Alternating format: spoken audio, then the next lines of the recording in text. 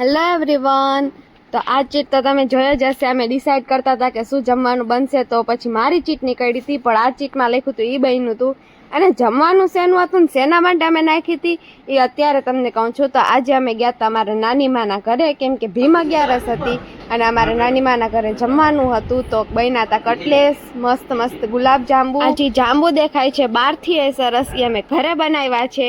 અને આ હતું આજનું અમારું મેન્યુ: રીંગણા બટેકાનું શાક, દાળ, ચટણી અને ભાત. જમીને અમે બધાએ પીધો તો મેંગો મિલ્કશેક, અને એનો ટેસ્ટ એકદમ મસ્ત અને સ્મૂધ હતો, જેની ખુશી તમે મારા ફેસ ઉપર જોઈ જ શકો છો.